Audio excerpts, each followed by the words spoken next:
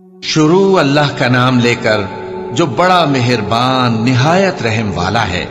اور جو تم میں سے اللہ اور اس کے رسول کی فرما بردار رہے گی اور عمل نیک کرے گی اس کو ہم دونا ثواب دیں گے، اور اس کے لیے ہم نے عزت کی روزی تیار کر رکھی ہے۔ اے پیغمبر کی بیویوں، تم عام عورتوں کی طرح نہیں ہو۔ اگر تم پرہیزگار رہنا چاہتی ہو تو کسی اجنبی شخص سے نرم لہجے میں بات نہ کرو، تاکہ وہ شخص جس کے دل میں کسی طرح کا روگ ہے کوئی امید نہ پیدا کر لے، اور دستور کے مطابق بات کیا کرو، اور اپنے گھروں میں ٹھہری رہو، اور جس طرح پہلے جاہلیت کے دنوں میں زیب و زینت کی نمائش کی جاتی تھی اس طرح اظہار زینت نہ کرو، اور نماز پڑھتی رہو اور زکوٰۃ دیتی رہو، اور اللہ اور اس کے رسول کی فرما برداری کرتی رہو۔ اے پیغمبر کی گھر والیوں، اللہ چاہتا ہے کہ تم سے ہر طرح کی ناپاکی دور کر دے